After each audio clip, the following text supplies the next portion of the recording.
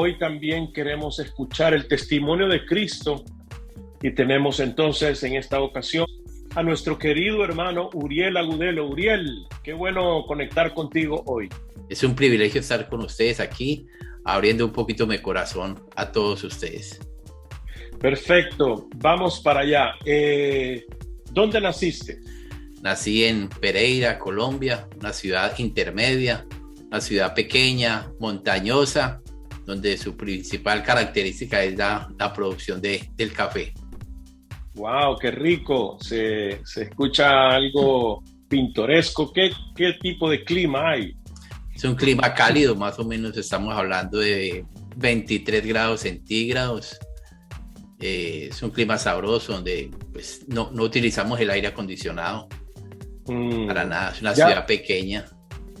Ya eso nos da una señal de más o menos qué tipo de clima hay en ese lugar. Y cuéntame, ¿cómo era tu familia? ¿Quiénes la integraban? Bueno, pastor, padres. Total somos 5 hermanos, son 2 mujeres, 3 hombres, yo estoy en la mitad.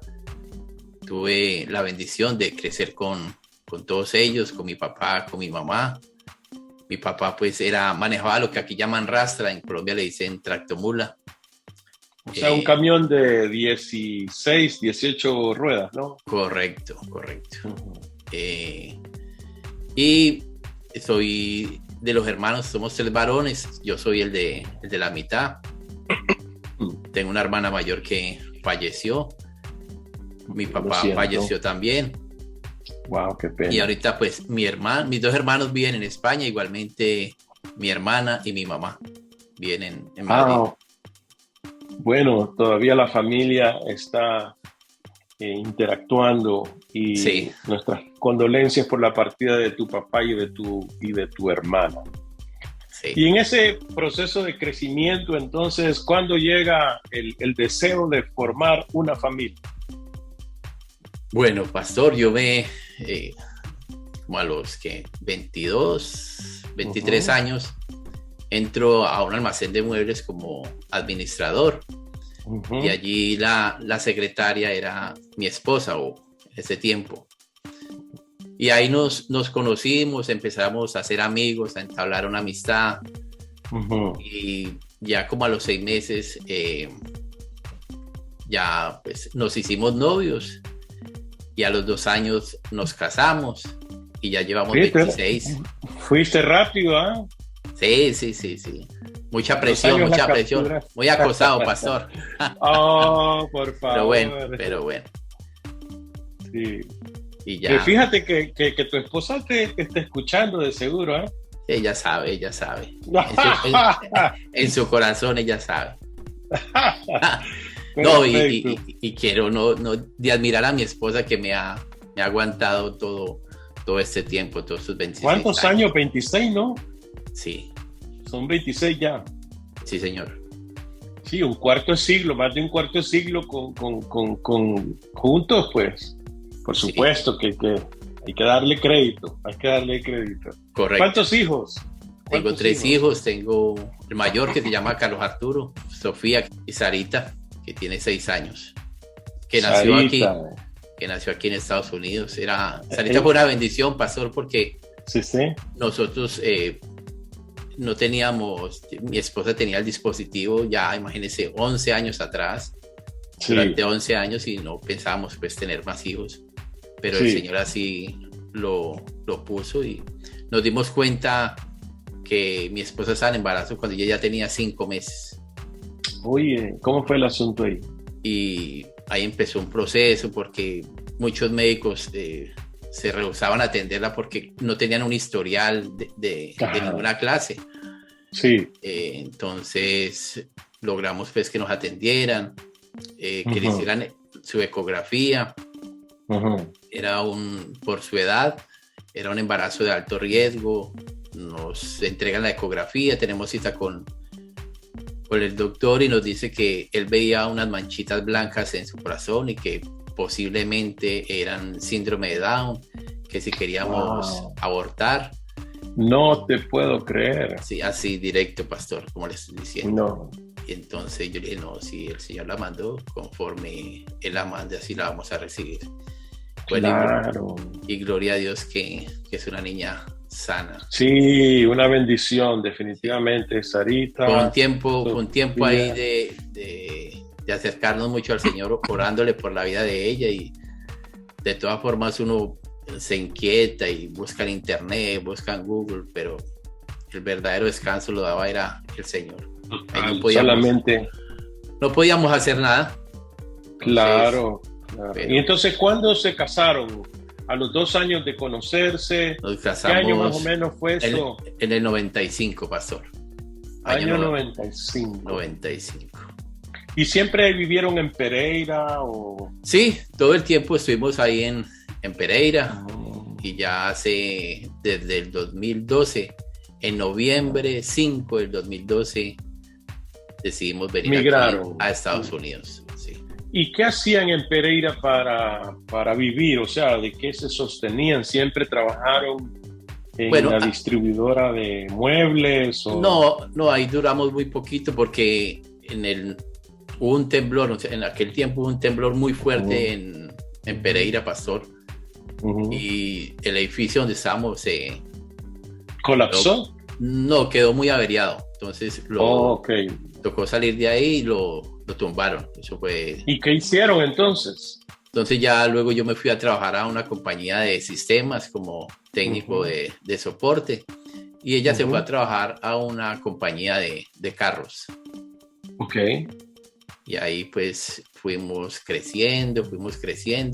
Ya luego yo me hice socio, llegué a una compañía y ahí me hice socio de ese negocio y fuimos creciendo hasta el año 2009, que ya nos juntamos a trabajar ella y yo en la compañía de carros.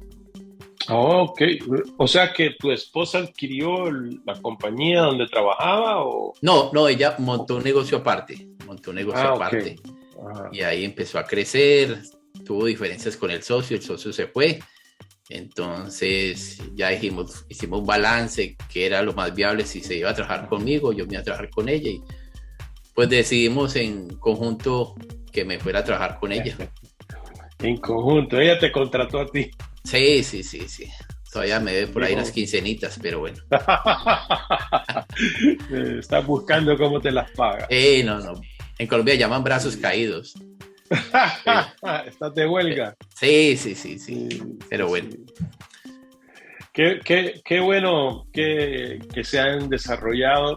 Pero escucho que vivían en un lugar bonito, tenían su propio negocio. ¿Y cómo es que vienen a parar a Miami?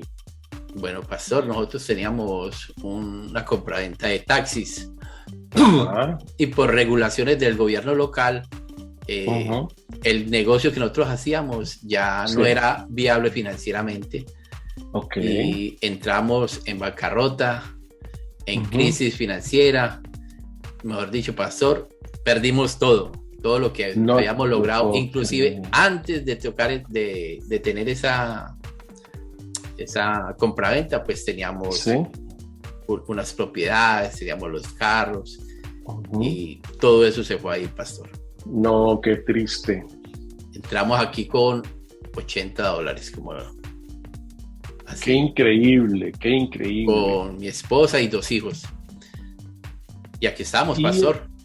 Y entonces, movidos por la quiebra económica, vienen acá a esta ciudad. Y... Bueno, no tanto por la quiebra, pastor, sino por seguridad, ¿Tenían amenazas? Sí, total. ¿Sufrieron algún atentado? Casi. ¿Sí? ¿Tenías amenazas de seguridad? Sí.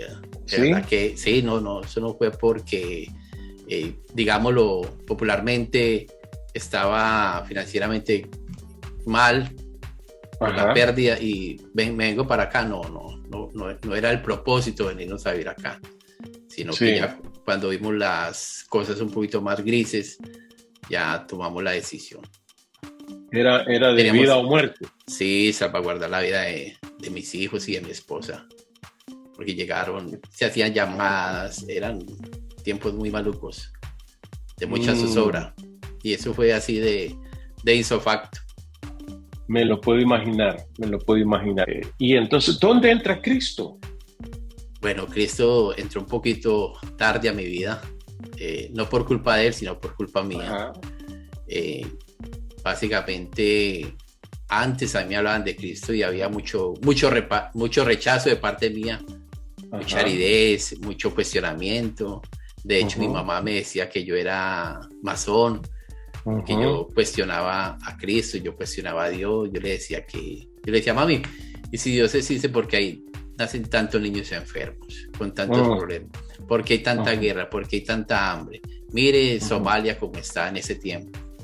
Cuestionaba eso.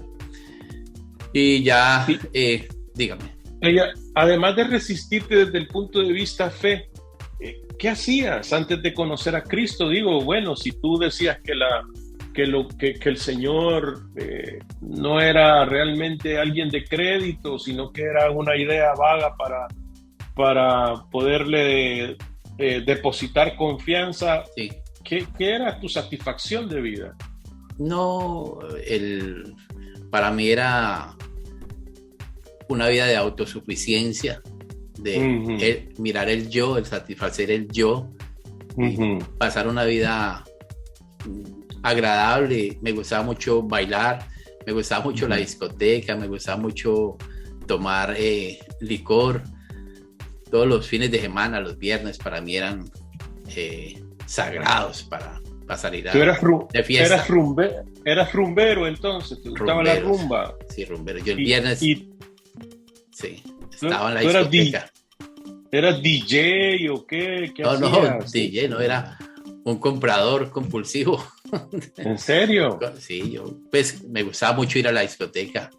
Yo digo que el Señor me sacó de las luces, pero de las luces de la discoteca. Y viniste a la luz verdadera. Correcto. ¿Y cómo entonces llegas a salir de aquel ambiente de rumba a un ambiente de iglesia? ¿Cómo te conectas con una iglesia? ¿Y en qué época? Bueno, pastor, año 2010. Mi esposa me dice que la lleve a una discoteca. ¿Ves? Que a una discoteca. A una iglesia donde ya asistía antes. Ok. Entonces yo fui, la llevé y me quedé con los hijos comiendo, dando vuelticas por ahí. Mientras tu esposa estaba en la reunión. Ya estaba en la reunión. Y así pasó mucho tiempo. Tiempo. Y yo la acompañaba.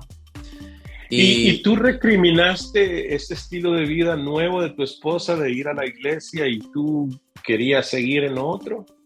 No, mira, que yo no, para mí no era problema, porque ella venía, por ejemplo, a veces que yo no la llevaba, ella me contaba todo lo que le hablaba el líder. Sí.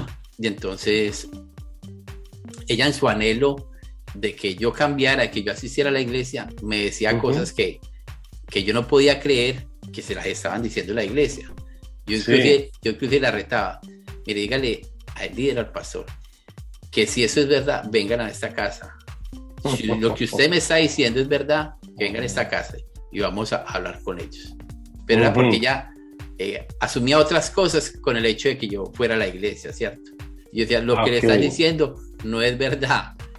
Yo seguro que no es verdad, es algo que usted está inventando. Entonces teníamos esas diferencias y ella me contaba y yo le preguntaba, ¿y esto qué? ¿Y esto aquello? Así, me inquietaba por ciertas cosas. ¿Y cómo aterrizaste ya en congregarte? O sea, ¿cómo, si solo la pasabas llevando, la dejabas? Sí. ¿Y cuándo fue que sí entraste? Bueno, una vez en una vigilia, ella me pidió el favor de que la acompañara, que fuera a la vigilia. Y ese día me dio por ir a la vigilia. Se siente uno extraño, pastor. Venir del mundo a entrar a una vigilia. Es algo muy extraño para uno, ¿cierto? Dos ambientes diferentes. Total. Yo me sentía pero perdido. Y cuando entro a la vigilia, la persona que empieza a hacer la oración es un compañero mío del colegio que era médico. Y yo, ¿dónde está Mauricio Campo? Y eso me inquietó. Y a partir de ahí empecé a congregarme, pastor. O sea, conectaste con tu ex compañero del colegio. Sí, sí, ahí empezó esa relación con Dios. ¿Y cuándo entonces aceptas a Cristo? ¿Cuándo entra en tu corazón? A finales de ese mismo 2010, en un evento, Ajá. El Espíritu Santo me redarguyó y me decía cómo le servía yo a Cristo, ¿cierto?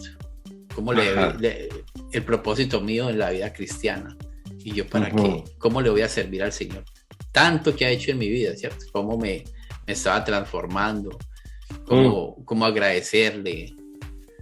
Y me quebranté en ese tiempo, en ese momento, pastor. Sí, y le entregaste tu vida al Señor. Mira, sí. Yo me puedo imaginar a Uriel rumbero, ¿verdad? Sí, imagínese, bien rumbero, pastor. Bien rumbero. Ahora, ¿qué fue la transformación? Antes de Cristo me queda claro, después de Cristo, ¿cómo es tu vida entonces? ¿Cómo cambió? Es una vida muy, muy tranquila, pastor, una vida de familia, una vida totalmente diferente. Ya mis objetivos no son los que tenía antes. Ahorita entro a una dependencia totalmente de Dios. Es un cambio que uno a veces con palabras no puede explicar, ¿cierto? Claro. Y a veces uno decir, ¿es este el cambio? A veces me gustaría decir que pudiera mi esposa contar el cambio, ¿cierto? Que ellos sean los testigos, exacto, los que cuentan, digan, que Uriel era así y el Señor lo puso así. Vamos a decir, tu hija Sarita, que tiene ¿cuántos años? 6 años. Vamos a preguntarle a Sarita. Sarita, tú sabes que tu papá era rumbero y le gustaba. ¿Cómo crees que ella reaccionaría a esa historia? ¿Y tú crees que ella se extrañaría de decir, no, ese no es mi papi? Claro, yo creo que Sarita sería una sorpresa para ella ver que papá lo que hacía y lo que hace ahora es de sorprenderse. Sería una sorpresa, sí, claro, sorpresa para ella. Y ahí vamos, aquí estamos. Qué bueno. ¿Cómo te ves a futuro? ¿Cómo piensas que aquí a 3 años, qué Dios estaría haciendo con Uriel? Bueno, yo se lo contaba que ¿se acuerda cuando fuimos a Kentucky, pastor? Sí. Fuimos allá, camino a Kentucky, usted me decía unas palabras que me decía, Uriel, hay que soñar con el ministerio. Y yo sueño con el ministerio, sueño plantando una iglesia, sueño que esa iglesia sea a su vez plantadora de otra iglesia. Amén. Pero amén. Vamos paso a paso. Sí, claro. Y bueno, ahí estamos en ese proceso de plantar West Doral, que crezca West Doral y que sea el Dios que vaya marcando los caminos y los tiempos. Amén. Pues Uriel, mira que en pocos minutos hemos sabido un poco más de ti, de tu familia. Y es así, hermanos, que hemos llegado a este momento de conocer un poco más de nuestro hermano Uriel Agudelo. Muchas gracias, Uriel, por tu tiempo. Bendiciones.